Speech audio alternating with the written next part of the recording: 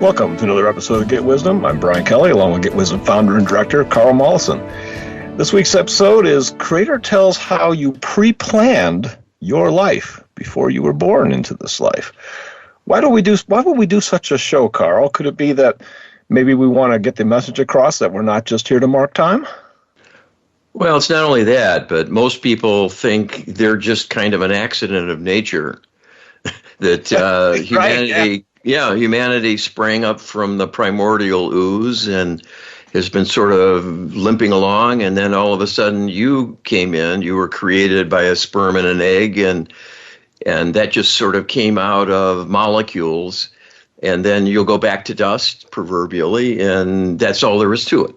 And the reality, of course, we know from talking to Creator that everyone was made to be who they are a long time ago in most cases. And we've gone around and around again and again in physical life, and it's planned. It's actually very carefully considered. And so we want to shed more light on this. A lot of people are kind of aware of the concept, but they don't know the details. And so we'll make this a little more real for you, because it's rather important, as it turns out.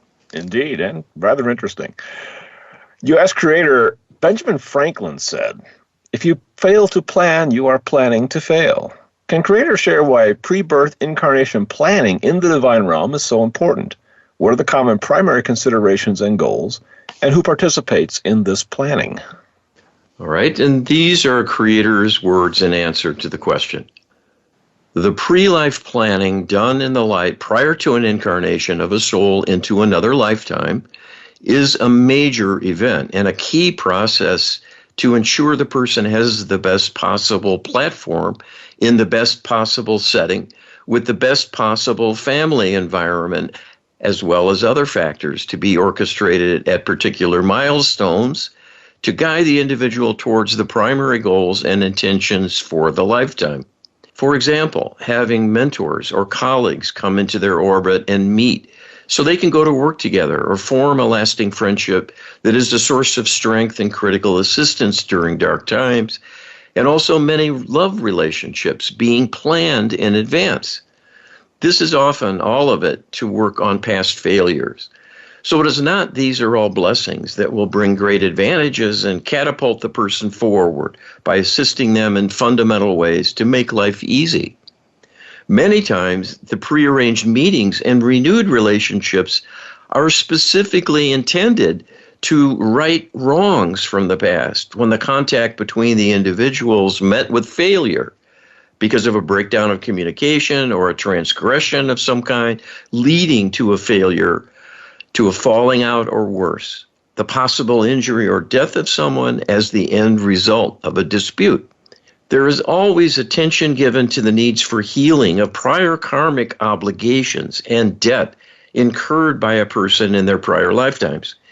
Keeping up with the karma is a daunting task, given that there have been typically many, many lifetimes of tragedy and failure. So all are behind the curve, so to speak, having quite a pileup of negative karmic experiences needing healing and repair to surmount the karmic backlash that will likely be underway in each new lifetime. Unless there are special circumstances to prevent this, everyone is at risk of their former doings catching up with them and intruding on the best laid plans and interfering with their lives in serious ways to perhaps even derail them entirely if they end up, for example, behind bars, or if they fail in school to advance where they need to, or they amass a fortune but then lose it through a series of poor choices, or being attacked by someone they have had karmic run-ins with before.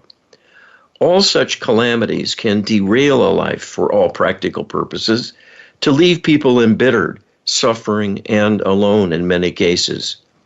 This adds further to the karmic lessons underway, but that is small consolation for anyone in that predicament.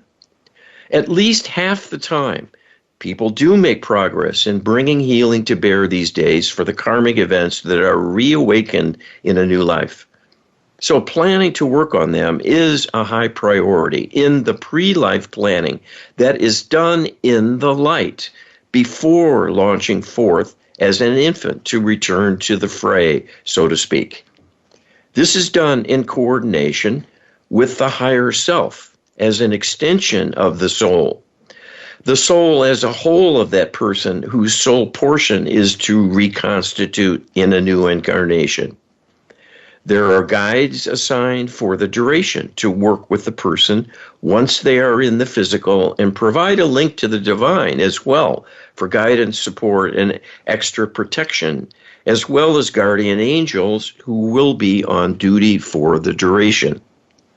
In addition, those key figures who will be instrumental in bringing about the desired milestones for the life purpose will be a part of the process. Either those individuals themselves, if they are not yet incarnated, either, but planning to do so in parallel, or their higher selves will touch base to be sure things are on track. In the case of parents, for example, who will be having the soul in question as an offspring. All of those discussions are done in advance prior to the impregnation of the mother to bring that life forth. There is always a two-way agreement and a multi-way agreement in actuality between the two parents biologically and the incoming soul. This will be extended to include others in the immediate family group, all of whom have a say in approving the new soul to come into their family. As you can appreciate, this can be a quite involved discussion with many things envisioned and planned for to try as best all can to achieve desired goals for healing old hurts and disappointments and gain the greatest benefit from the renewed association and sharing another physical life together. Creator as well will participate in the pre-life planning because this is supervised and overseen by the Almighty every step of the way. The scriptures say quite directly that, quote, God is within you, unquote. And that is literally the case, all during physical life. So this is the case as well during your sojourn in the light and while planning for a new excursion. The second reason for all this preparation is that of equal importance for every person is to construct an outline for how they might contribute to Creator's plan for the divine human, in what way they can bring love to bear on behalf of all their fellow family members, because all humans are interlinked in a soul family and come into life again and again to advance the soul evolution, growth, and learning of humanity as a whole, starting from whatever part of it they can influence in their local sphere. This is not taken for granted and left for the person to improvise. There are always plans put in place as to what they will be doing with their time and efforts, whether to focus on a particular career, to learn a certain type of information, to best prepare them to be of service in some way, perhaps by fitting into a mainstream role of caregiver, or as a teacher or a counselor or someone in professions involved with scholarship, research, and so on. In all spheres of human activity, there is a need for people in spiritual alignment who can help remind others of spiritual obligations and perspectives, not necessarily with a religious injunction or reference, but simply telling the truth and how they see ongoing plans and intentions as to their ethics and divine alignment, in effect, whether they will help or hurt those involved, and the people beyond them, and make everyone aware of the potential long-term consequences of starting on a dark path.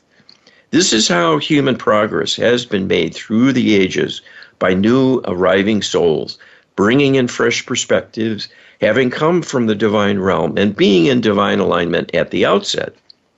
This does not necessarily last. And this is the great challenge in society always.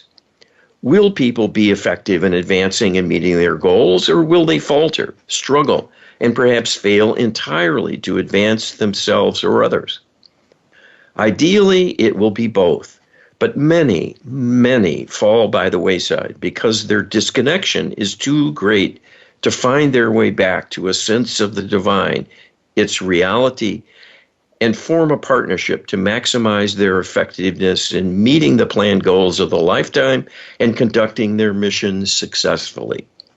Well, we've already learned here that this is not a small undertaking, that there is a tremendous amount of interaction, detail, planning, exploration of opportunities and possibilities and problems to overcome, big problems.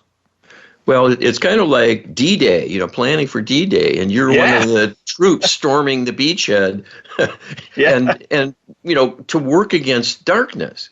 Yes. This is, people are surprised by this, but they really shouldn't be. It's been a theme all through history that there's a context between good and evil, and the scriptures speak of this very directly and powerfully, and they have their issues and incomplete nature and so on, and corruption, frankly, in some cases. But it's true, there is a dark force out there. And I can't tell you how many people who contact me will mention at some point, I know I'm here for some important reason, but I can't figure out what it is. Yes. I've kind of known all my life, and now I'm maybe getting older and in some cases, and I'm not done yet. I know this, but I don't know what it is. And what it is they're supposed to be a light worker. Yeah. They're supposed to help the cause of light, love and light. And finding out how to do that is half the battle, or half the completion of the circle. You planned for it in the light. You forgot that when you came down. So. And the good news is we're here to help them figure that out. Yes.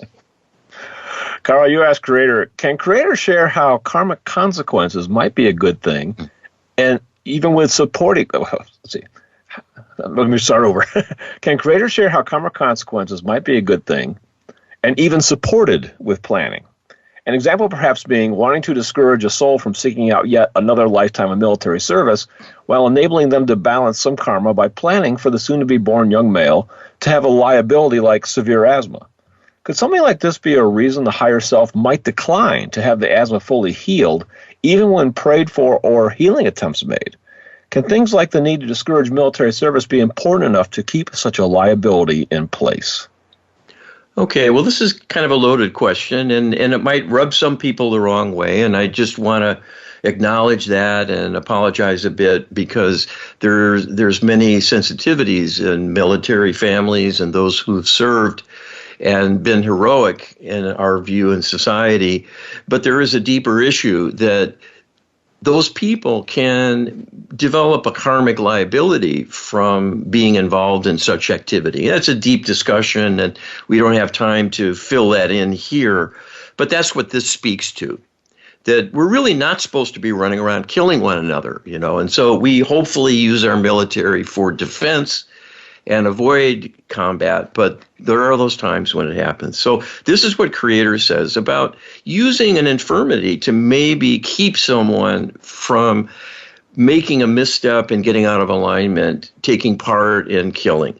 Creator says this is very true, and your example illustrates nicely how planning takes into account the karmic liabilities of the person, so they can plan for the inevitable karmic rumblings they will face and shape ways to engage with and bring healing for their biggest liabilities, and thereby regain higher ground and be more effective and more likely to achieve the goals they wish to accomplish beyond holding their own and perhaps recovering from being in a sorry state in their last go-around. There are often karmic potentials that are recognized will be inevitable to loom large in the new incarnation.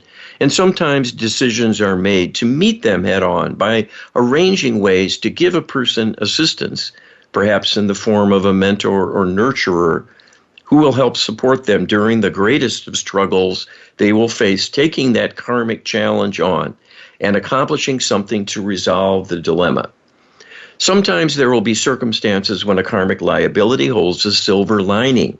And your example would be an illustration of someone who, but for karmic illness creating a liability, would be drawn by circumstances of a new life into a situation where they would be serving in war and incurring great karmic penalties from the killing of other human beings. If an illness of inconvenience but non-fatal makes them ineligible for military duty, it would be a godsend to help them avoid greater karmic liabilities by serving the darkness. Some karmic consequences will be foreseen, but not prevented or made a priority to arrange an intervention because it is seen the experiencing of the karmic liability is the best way to rebalance things simply by making restitution through personal sacrifice and suffering in some cases. This is why many illnesses happen. The inconvenience, the liability they represent, the suffering, and even shortening of the lifespan may well be a form of restitution for causing difficulty to others or to the self, and must be similarly atoned for in some way. Yet another way to provide restitution would be through acts of service, bestowing loving kindness to many, perhaps making sacrifices personally to work in a lowly capacity that is greatly needed, and give up a high-powered career that would be lucrative but totally self-serving for the most part.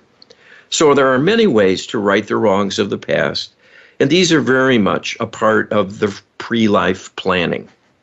You know, I think this example of the asthma helping to avoid military service, you know, we're probably in this particular example, there's probably a lot of details that are left out of the discussion that are germane to the conversation. You know, it's every individual is unique, has their own individual goals and pursuits that they're after, liabilities they must overcome. And every life is going to be a collage of all kinds of different compromises, decisions, you know, nexuses that need to be orchestrated and involved in order for the goal to be achieved. And if somebody has a karmic history of enjoying military service, really loving the adventure part of it, and maybe even enjoying, you know, the combat to some extent, that's a liability in its own right. And if they want to overcome that at some level, they probably need some help, and that's maybe what's being offered here. Yeah, it's an opportunity in this example to maybe not compound that tendency. Yes. To relish becoming, you know, empowered to take on acts of savagery, perhaps in some cases. We know things can get out of hand in the heat of battle and so on. So, but there's many other examples. You know, I'm thinking of many families that I help where there's a young person truly struggling and suffering tremendously. That could be a karmic repayment for the parents who are now on duty and going through a really, really tough slog to help a troubled youngster who just seems to be battered by life and beaten down over and over by all sorts of things, whether it's physical illness that keeps them out of life and they're chronic caretakers and whatever it brings about as a really huge challenge. Could be a karmic rebalancing for other lives where their family came together and something similar happened.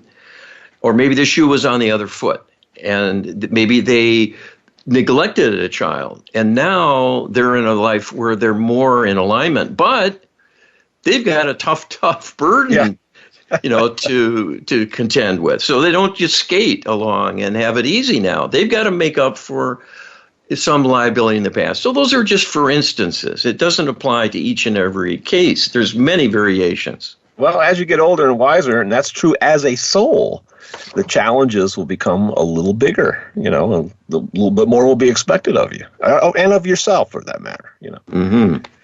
Be sure to check us out at getwisdom.com. You can download our LHP ebook to give you a summary of how this works and what you can do to learn it with our online training. Get that at getwisdom.com/LHP.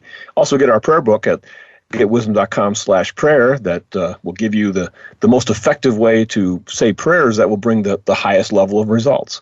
So you can check all this out at getwisdom.com. We invite you to check it out at your earliest convenience. And don't worry, we've pre-planned the second segment, so we'll be back with more pre-planning right after this. Welcome back for the second segment of Get Wisdom. Our show this week is on pre-planning our incarnations. So yes, we do pre-plan them, which means reincarnation is real on top of that, and this is much more complex undertaking than most people realize. Yes, the only problem is as soon as we get down here, we forget it all. And then we have to sort of figure life out largely on our own with a little helping from within by our guidance.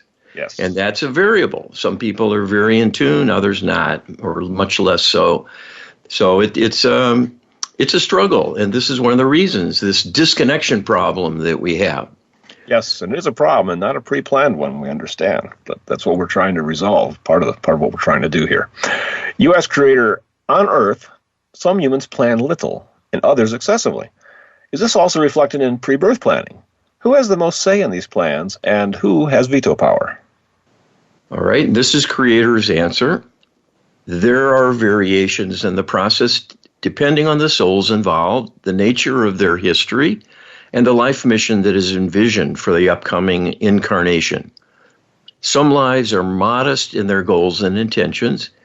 Others are profound or quite daunting in the objectives and the desired outcomes to take on quite serious and high-level issues and be a change agent that can even be in the limelight to hold their own against serious opposition. So there are many, many variations on the theme. Some will largely influence one or a few other human beings in significant ways. Relatively few humans will be helping on a large scale visibly, but all are important. And the reason is all bring light. And if they shine the light of their divinity to those around them, they will be acting as a bridge among members of the human family and will be echoing and amplifying the message of the divine that you are here for a purpose that counts. And you will leave a mark on others, whatever you do or do not do, and have, in fact, an obligation and responsibility for safeguarding your own soul and the souls of those you interact with. So everything is a learning opportunity, and this is a major purpose as well, to gain experience and seasoning from taking on challenges. Each life brings new experiences and new demands with which the person may have little or no experience. So it represents a new opportunity to learn and grow. The entire human enterprise is an exercise in healing to rescue the interlopers who have engaged in lives of depravity and are dragging down humanity because of the negativity they hold, and for the ability to influence in ways that corrupt humans and drag them down as well. Humans are here to solve the problem of evil and to raise themselves up in the doing, correct for past mistakes and moments of temptation or self-indulgence when they may have chosen actions taking them out of divine alignment. All such karmic choices and consequences need to be addressed through healing and substituting better choices and outcomes in subsequent incarnations to rebalance things and put back what they took away from the universe. Often the restitution demands much more of the person than the initial harm, because that harm will grow by being shared with more and more people interacting with one another and being dragged down in a sequence, a kind of chain reaction of negativity, started by poor judgment and thoughtless acts, or worse, if there were intentions to undermine another and cause harm to them. The law of karma will see these transgressions are rebalanced from the energies and power held by the perpetrator in the current incarnation. This may cause them to lose all they have gained in their life, or to have a downturn through physical suffering in the development of a chronic illness that leaves them sidelined or even ends their life prematurely. That could well be a karmic repayment of an obligation for something they have caused of a similar magnitude, considering all the ripple effect as their misdeed grows in impact, affecting many people potentially. So planning is key.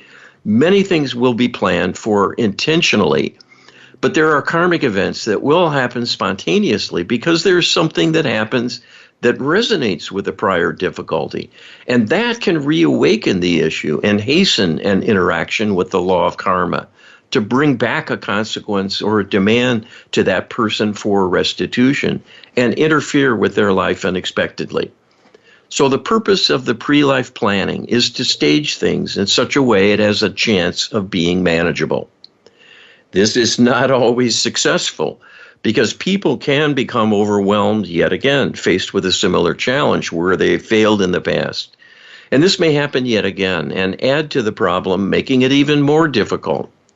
But knowing this is an inevitability shows quite clearly having a partnership with the divine is not only an advantage, but a necessity, because many of the problems that arise can be dealt with in no other way than enlisting divine help, especially given the state of disconnection in human beings, where they will often not know or see the details of why they are suffering, because the karmic events are being viewed deep within their mind and are unseen consciously, but nonetheless will cause stress and harm the body and make them vulnerable to inner discord and increasing unhappiness in their lives, and will be ill-equipped to change it. This is a divine level problem in most cases.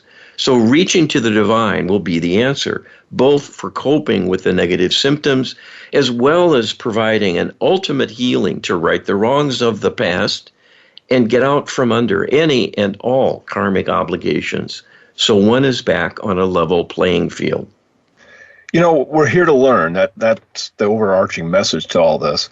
And just as young people really need a teacher, you know, they need somebody to be their advocate and to intervene on their behalf. Most people will need this kind of level of pre-planning and arrangements made in order to assist them. Some can be self-starters. Some might be able to come down here and succeed without a lot of tutoring. But that's probably not the majority, Carl. Well, I get it, and the world is witness to this. And, of course, the very reality that we are forbidden in the U.S. from even mentioning God in public schools is a testament to the power of the darkness. Yes. To take away our most powerful resource and our lifeline. Yes. That is the consequence. You know, we think we're being smart because people can become divisive if they favor their religion over someone else's. And so it seems logical. Well, let's just exclude all that from the discussion and just leave it to the home front to deal with spiritual matters. Well, we see where that's gotten us because the schools teach people what's important and what's not. Yeah. And people are often rebelling, children are rebelling against their parents and so on. And many don't get good guidance at home. And this is well known. You know, they're not educating their kids either. Yeah, so someone has to do it. Yep. That just creates an even bigger dilemma for us. You know, makes the challenge even more difficult. But there's help out there. That's what we're here to tell you. You ask Creator, as in life down here, there are different levels of planning. Long-range plans, short-term plans, contingency plans, emergency plans, and extreme circumstances, snap judgments. Can Creator share some high-level examples of life plans? All right, and this is what Creator says. If you think about the great figures of history, whether great leaders, great humanitarians, great thinkers, great healers, their lives are outsized for a reason. In part, it is because they have prepared for those roles often through many lifetimes of service and learning the hard way by taking on daunting challenges and working through the many dilemmas it creates and working at healing the many wounds they inevitably suffer so they can still function well and return to the struggle with renewed vigor, and usually owing to divine support in having a thriving partnership with the divine through deep belief in God. That preparation pays off when their mission lives are planned to come in and leave their mark on history by showing the way to growth and advancement and bringing divine wisdom into the awareness of many, many human beings who will be inspired and will gain from the exercise a new perspective about the meaning and purpose of life and how they see their own role. And in the process of seeing the example provided by these leaders, will be inspired and raised up themselves to do more, to be more, to think loftier thoughts, and to be encouraged and strengthened in their belief in the cause of love and the importance of having clear vision, a lofty ideal in mind, and doing whatever they take on in an ethical way that keeps them in divine alignment, where there is an earnest desire and zeal to pursue the goals and succeed, but with due regard for the feelings and rights of others, to not exclude and confront, but to reach out to and embrace others and seek a widening partnership with fellow humans, and thus create a wider wave of love to help humanity advance. You can be sure that many of the milestones achieved by the great figures in history were planned in the light before the individual was born, and many things set in motion and divinely supported and orchestrated to bring together collaborators, facilitators, compatriots who could be relied on as friends and effective colleagues. So even quite lofty goals could be reached by virtue of being able to create a critical mass of supporters, persuade skeptics and naysayers of the wisdom of their ideas, and gain support, and often even political support. So things could be done on a national scale or internationally to advance a cause and uplift humanity as a whole, seeing a virtuous goal being addressed, and this being done effectively and showing by example. Even the most difficult and improbable act of loving kindness can work a miracle when there is effective leadership advocating it be embraced, and others taking up the cause and contributing their energies in kind. These are not accidents. They are all things planned to happen. So every aspect of the person's life is considered with regard to where they land, who they are involved with during their life, and major events and interactions planned to take place to be the watershed events to help inspire them, awaken within an awareness of their life purpose, which will be forgotten by the infant because of the disconnection that is experienced and hampers all human beings coming into the physical. There will be divine guidance all the way along for the mission life, just as there is for every human being, unless the person turns away from the divine and becomes a disbeliever. You have the power to end divine assistance if you lose belief in the divine or in yourself as worthy of divine assistance. Yeah, the mission life. You know, I remember conversations I've had with you about what Creator has shared in other settings, that, a lot of souls come down here with lofty ambitions of wanting to really make a difference and have a pedigree, have a resume from other lifetimes in this world and perhaps even other worlds where they've been huge, change agents and very successful. And they're coming down here and they are washing out. This is a tough environment down here. Well, and I do want to point out in this last channeling we shared, just in terms of the average person, this again reinforces the fact that there is a real consequence in giving up your link to the divine, becoming a non-believer, becoming an atheist, whatever you want to call it. You're a secular humanist.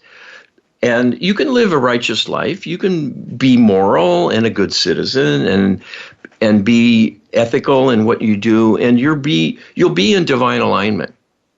But if you're not connected directly, you're giving up the opportunity to get more guidance, more healing, more help, more support, and more protection. Yes. And you need all of those things to the max if you can get them, and to persist in this world and get through it unscathed, or at least minimally scathed. Yeah. This is a tough place to be, and there's a lot of opposition. Yes, and we have seen, we discussed it many times, that atheism just leads to deeper and deeper disconnection. And as the disconnection progresses, you lose the capacity for empathy and even caring about your fellow human being. Well, and that's where evil comes from. It comes from beings who have been on that slippery slope, wanting their own power, neglecting the light, neglecting an alliance, and thinking they can just take things from others to raise up themselves. And in doing that, moved out of divine alignment further and further. And some of them, in the case of the dark spirits, the fallen angelics, they're disconnected entirely from the divine. They're totally on their own. They're not given any energy from the divine whatsoever. Right. They only can survive by parasitizing us to drain energy from us. And this is a scourge, because these are very depraved beings. They work against the idea of love. They cannot feel love themselves. And we have other beings, other physical beings, messing with humanity as well from other star systems. And that's another story, but it's a real menace to the world. And Indeed. People are oblivious to this and continue to give up the one thing that can save us all, and that is a partnership with the divine. So this is an invitation to listen to these words and take them to heart. You're getting not only information, how dull is that? Can be, but you're getting upliftment and encouragement, and also some warnings to take heed of. And that's typical of Creator. Creator doesn't miss many opportunities to remind us of things. You know, I think in the last show we did, or one that's coming up, I think, it was revealed that, you know, all beings have embedded within them the survival instinct, you know, the fundamental desire to survive. And it was kind of shared that the dark spirits still have that desire to survive. And that fear of death is compensated for with the acquisition of power. It gives them a feeling of safety. And because they don't have a divine partnership, they lack that form of a feeling of safety. And so they have to substitute it with power and control over others. And I thought that was a fascinating description of the dilemma that many people face. But that's the danger of disconnection, as we're talking about. Yeah. And you see that parallel among humanity, you know, with the world leaders, the national leaders who become tyrants and despots, you know, reveling in their power, but having to be a hard case and be a strong man to keep herd on things and not be deposed by others who might topple them. And it's brute force. Yes. Well, but it's the mentality they have fallen to that attracts them to that pursuit. Quite challenging. Another challenge is time, which we've run out of for this segment. So we'll be right back right after this. Welcome back for the final segment of this week's Get Wisdom, where we are talking about pre-planning our incarnations in the light before we are born here. And we're learning a lot. This is a fascinating topic, Carl. Well, there's much to learn about every aspect of the human experience. And the more we ask questions, the more we realize we really didn't know very much. And there's more dimensions. There are hidden factors and influences. There are big plans from the divine about where humanity is headed. We don't have that in mind much of the time either, and most people are ignorant about that. So all of this fits together. It's sort of like a puzzle, and the pieces are all around us, but we don't recognize them as pieces of a puzzle. And so our endeavor is to try to gather up some of the puzzle pieces and start fitting them into place with their neighbors, and then grow some wisdom that we can share and help people with their lives. And just when you thought you've gathered all the puzzle pieces, you pull back a pillow and there's a bunch more. It's never ending. U.S. Creator, we have learned that some humans have important mission lives whose primary purpose is not exclusively their own karmic and spiritual issues, but rather an intervention on behalf of humanity for a higher divine purpose, one that may even involve a sacrifice of sorts, whereas the accumulation of negative karma is almost a certainty. In cases where such lives are successful, but highly costly in terms of the price paid by the divine agent, kind of like a warplane limping home barely airborne, how is such accumulated negative karma dealt with in future life planning? All right, and Creator tells us, in Creator's words, this is a serious issue to be sure. The first thing to understand here is that all human beings enter the earth plane in a physical incarnation to be light workers, to serve the cause of love. Whether the primary purpose of the life is to heal the self, there will always be a benefit to the whole of humanity because all are interconnected, and what helps one helps the many. Each person brings in divine light and shines that in the world however they can, whenever they can. They do not do this consciously, but it is human nature to be altruistic, and that is what the altruistic viewpoint is doing. It is shining love. It is shining light. and making a suggestion of love be brought to bear for whatever the circumstance might be in the moment. That is divine. It is divinity on the march, wherever and whenever it happens by the lowliest among you with respect to station in life, prior history, and acceptance by fellow human beings. To us, all are worthy, all are divine, and indeed are part of us, and we have great love for each and every person. We understand fully who they are, why they were created to be who they are, and what has happened to them to tarnish their beliefs, their hopes and dreams, and their aims in life, and can contrast it continually with the best laid plans decided on in advance to be worked on. There are many things that happen that bring unexpected challenges. The spirit meddlers, for example, are always out and about, wanting to corrupt, engaging with anyone not fully occupied with possessing spirits, and challenging them again and again and again with attempts to penetrate their energy field, take up residence, and undermine them from within. Any low moment in dropping one's guard will likely be met with an infestation. It is very much akin to catching a cold. Whenever one has a lowered resistance because of stress, exhaustion physically, and so on, one is more vulnerable to a virus taking hold and blooming to sufficient numbers to cause symptoms, and so on. This happens despite the best planning and requires divine help oftentimes to get back on track and realign with the life purpose. So this is all understood. There are many, many light workers coming in with lofty mission life plans, but given that all are wounded warriors, very much so at this point, this decreases the odds they will be successful because their wounds will get in the way.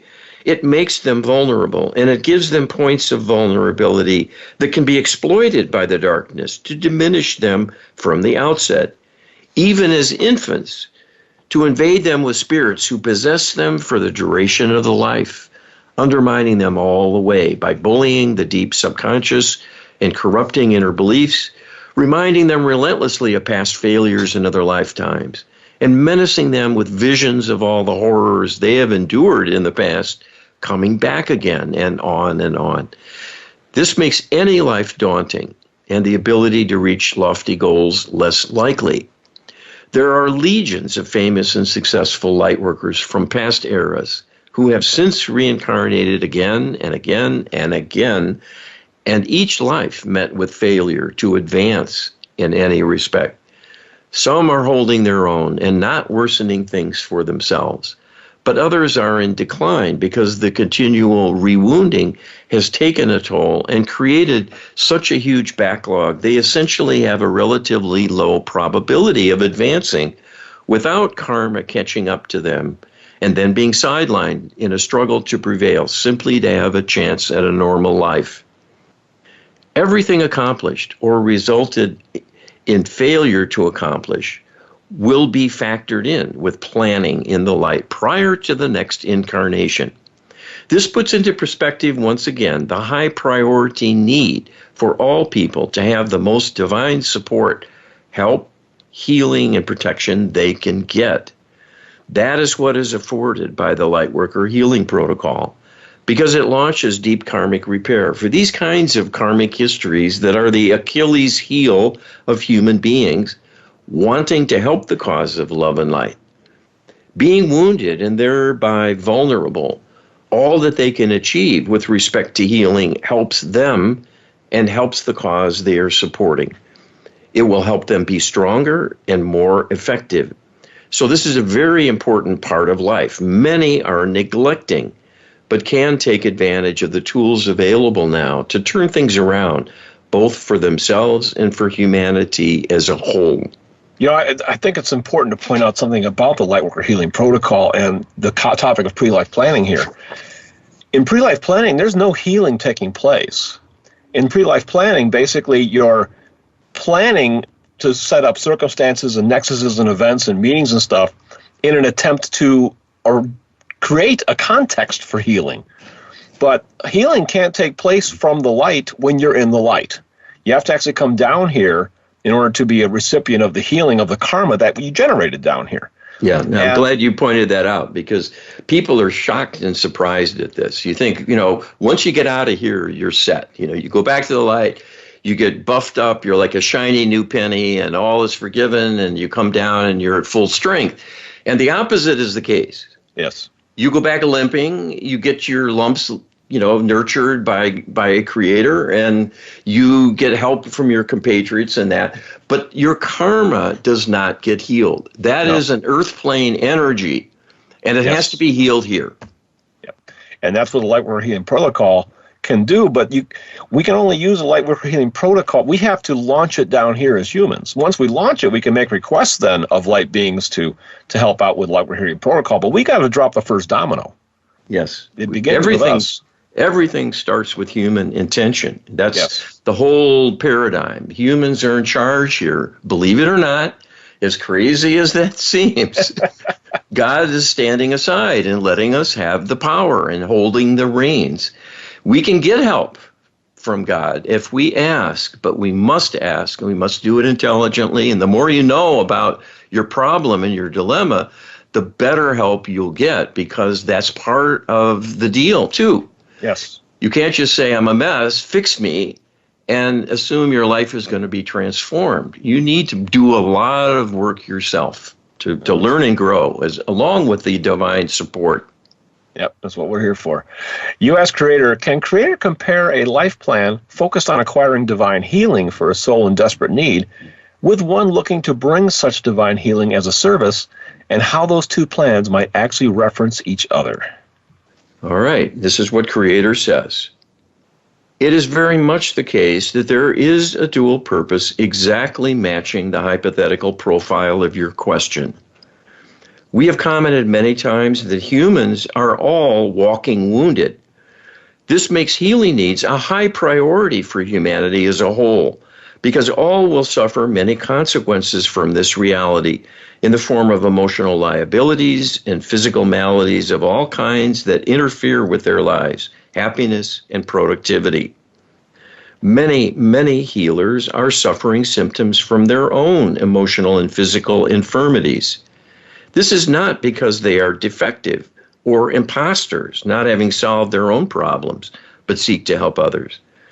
You are all in this together, and many problems will inevitably be a lifelong burden, even given the most advanced healing tools which you now have. It is the size of the inner need that makes this so, not that the divine is weak in power and effectiveness, or that people are so corrupted and defective they represent a daunting challenge even for the divine to restore. It is the nature of energy that makes this so. You are working with the way the universe is constructed, so everything has an order, everything has a balance point, and everything that takes balance away introduces a liability. Because of the power you hold, you have a huge power to wreak havoc for yourself and others. If you undermine yourself, you will damage your future. It is that simple. The more you negate your own worth and line up with the darkness, in effect, the more harm you will cause, and the greater the difficulty reversing what you have set in motion. You have the power within to change the history and entire future of the universe. If you come together in common cause and heal the perpetrators among you and then heal yourselves, there will be few limits to what you can accomplish, because you will be raised up to great heights if you pass the test. In the meantime, the challenges could hardly be greater than what you face. That is why the rewards are so great. You have fallen a long way because of the corruption through the ages, but nowhere near the same extent as your tormentors who are hanging by a thread in the case of the physical extraterrestrials and are otherwise doomed in the case of the spirit meddlers. Only you can save them. That is the challenge before you, and is a testament to your divinity that you are entrusted with the task. What is needed is an awakening, so you see the potential here to step into your power and demonstrate the inner potential of greatness you hold. Well, that's what we're here for, Carl. We're here to help with that awakening. We're really trying to get the message out to get people to take a step back and examine everything that we're sharing and reconsider what their worldview is, essentially. Yeah. Human complacency is the enemy, and that is orchestrated to happen paradoxically or perversely.